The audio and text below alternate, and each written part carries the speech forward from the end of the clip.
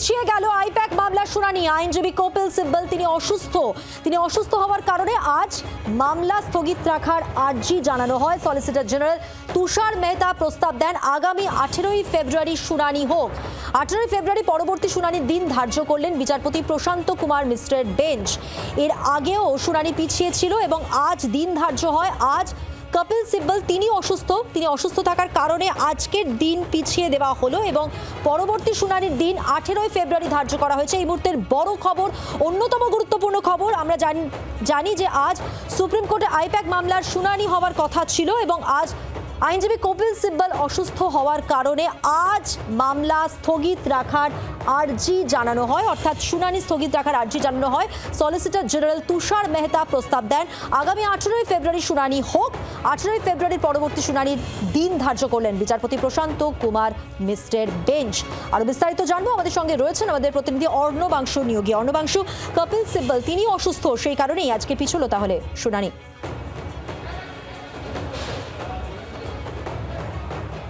দেখো, একদমই এই আইপ্যাক মামলায় আজকে ইডির উত্তর দেওয়ার কথা ছিল, কিন্তু কপিল সিব্বল সিনিয়র অ্যাডভোকেট তিনি অসুস্থ বলে তিনি অ্যাপিয়ার করতে পারেননি।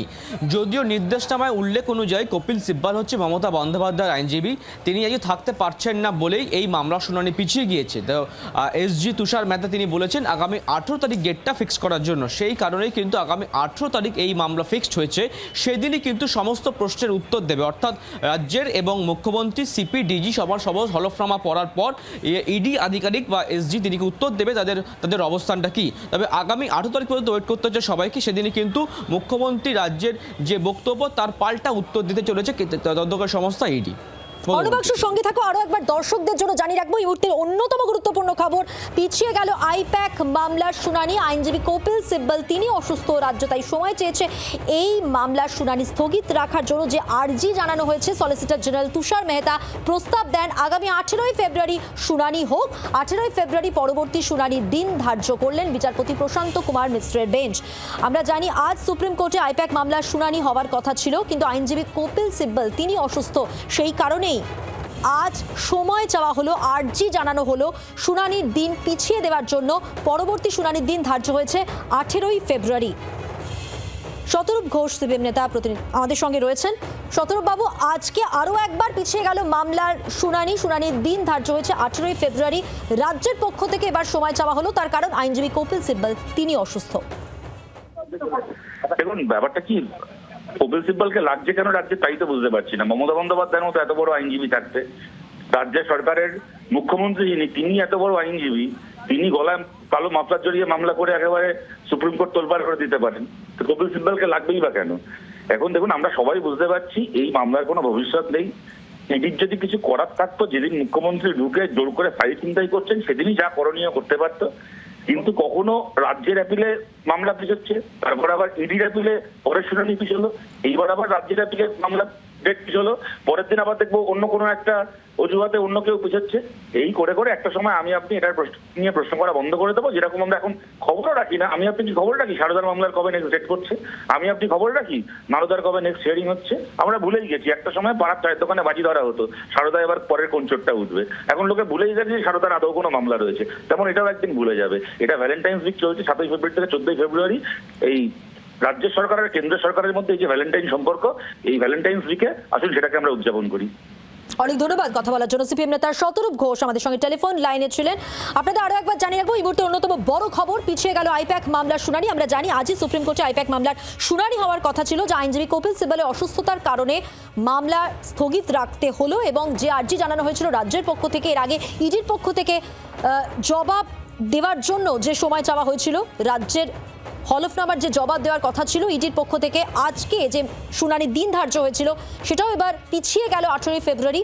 মামলা স্থগিত রাখার আর্জি কেন জানানো হয়েছে না, আইনজীবী কপিল সিব্বল তিনি অসুস্থ। ইডির মামলার প্রেক্ষিতে মমতা বন্দ্যোপাধ্যায় রাজ্য ডিজি সিপি হলফনামা জমা দেয়। গত শুনানিতেই 7 দিন সময় চেয়েছিল তদন্তকারী সংস্থা। আজ সুপ্রিম কোর্টে সেই জবাব কি হতে পারত সেটা যেমন জানা যেত, তেমনি আজ যেটা জানা যাচ্ছে যে শুনানির দিন পিছিয়েছে 18ই ফেব্রুয়ারি। তার কারণ আইনজীবী কপিল সিব্বল তিনি অসুস্থ। রাজ্যের পক্ষ থেকে এবার আর্জি জানানো হয়েছে। এর আগে ইডি সময় চেয়েছিল, এবার রাজ্যের পক্ষ থেকে আইনজীবী কপিল সিব্বল যেহেতু অসুস্থ সেই কারণেই মামলা স্থগিত রাখার জন্য আর্জি জানানো হয়। সলিসিটর জেনারেল তুষার মেহতা প্রস্তাব দেন আগামী 18ই ফেব্রুয়ারি শুনানি হোক। 18ই ফেব্রুয়ারি পরবর্তী শুনানির দিন ধার্য করেছেন বিচারপতি প্রশান্ত কুমার মিশ্রের বেঞ্চ। আর এখানেই প্রশ্ন উঠছে রাজনৈতিক মহলে তরজা, ঠিক যতটা তাড়াহুড়ো সুপ্রিম কোর্টে একাধিক মামলা দায়ের করা হয়েছিল কেন্দ্রীয় তদন্তকারী সংস্থা এনফোর্সমেন্ট ডিরেক্টরেট, ঠিক ততটাই দ্রুত যেন তাদের এই মামলার শুনানিতে তাগিদ কমছে। আর এই তাগিদ কমাটা নিয়েই কিন্তু রাজনৈতিক মহলে তরজা। বারবার ইডির পক্ষ থেকে যেমন সময় চাওয়া হচ্ছে, তেমনি এবার রাজ্যের পক্ষ থেকে সময় চাওয়া হলো মেডিকেল গ্রাউন্ডে। আইনজীবী কপিল সিব্বল তিনি অসুস্থ। আজ মামলা স্থগিত রাখার আর্জি জানানো হলো। সলিসিটর জেনারেল তুষার মেহতা প্রস্তাব দেন আগামী 18ই ফেব্রুয়ারি শুনানির দিন ধার্য হয়েছে। সরাসরি কথা বলবো, রয়েছেন আমাদের সঙ্গে আমাদের প্রতিনিধি রাজীব চক্রবর্তী। রাজীব, একটা প্রশ্ন তো রাজনৈতিক মহলে উঠছে, তরজা উঠছে যে যতটা তাড়াহুড়ো করা হয়েছিল দুপক্ষের থেকেই এবারে কিন্তু সেই তাগিদটা যেন কমে যাচ্ছে। যদিও এটা মেডিকেল গ্রাউন্ডে পিছিয়েছে শুনানির দিন, কিন্তু এর আগে ইডি সময় চেয়েছিল, বারবারই ইডি সময় চেয়েছে। সব মিলিয়ে এই মুহূর্তে তাহলে গোটা বিষয়টা কোন জায়গায় দাঁড়িয়ে?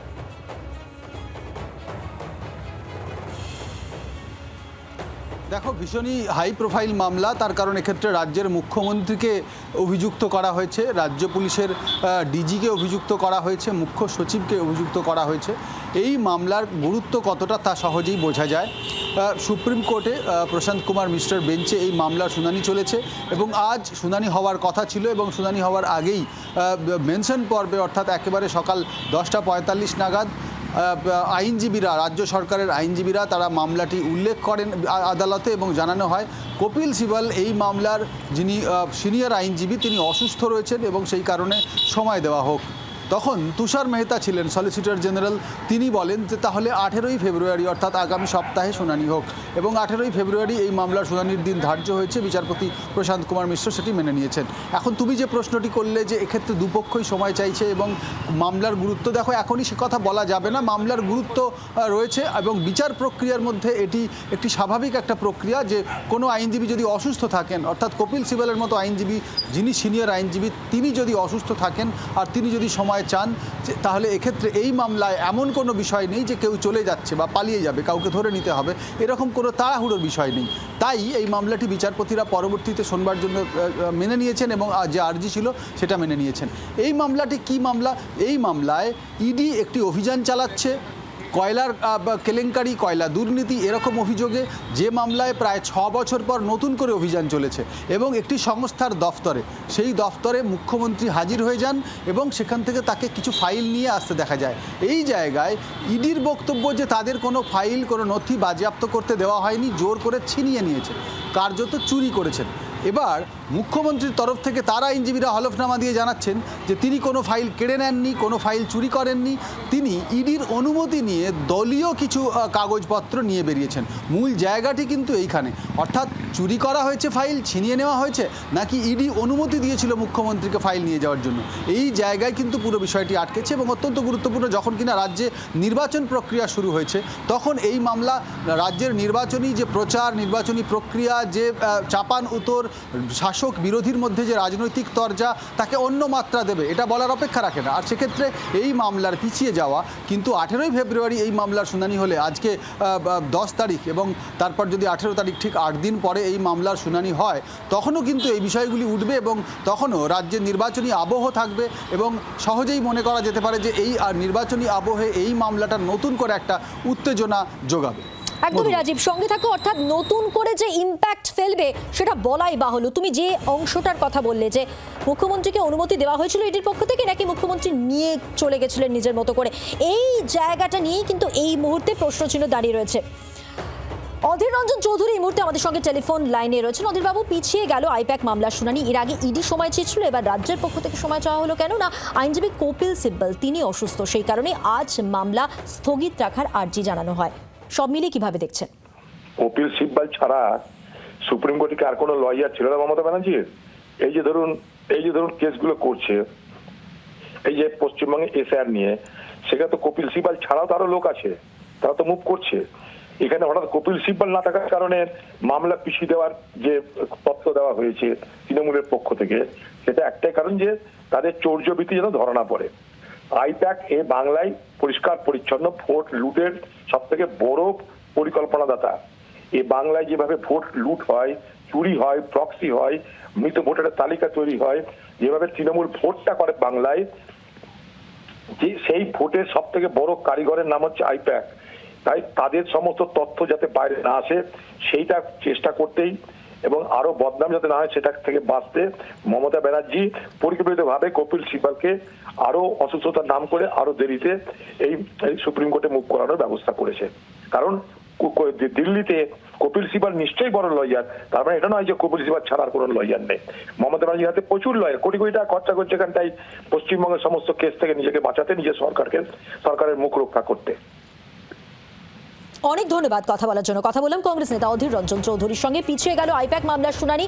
কারণ হিসেবে যেটা বলা হচ্ছে মেডিকেল গ্রাউন্ড, অর্থাৎ আইনজীবী কপিল সিব্বল তিনি অসুস্থ, সেই কারণেই এই মামলা স্থগিত রাখার আর্জি জানানো হয়। ঠিক কি হয় জানবো, সরাসরি রয়েছেন প্রতিনিধি রাজীব চক্রবর্তী। রাজীব, যেমনটা বলছিলেন।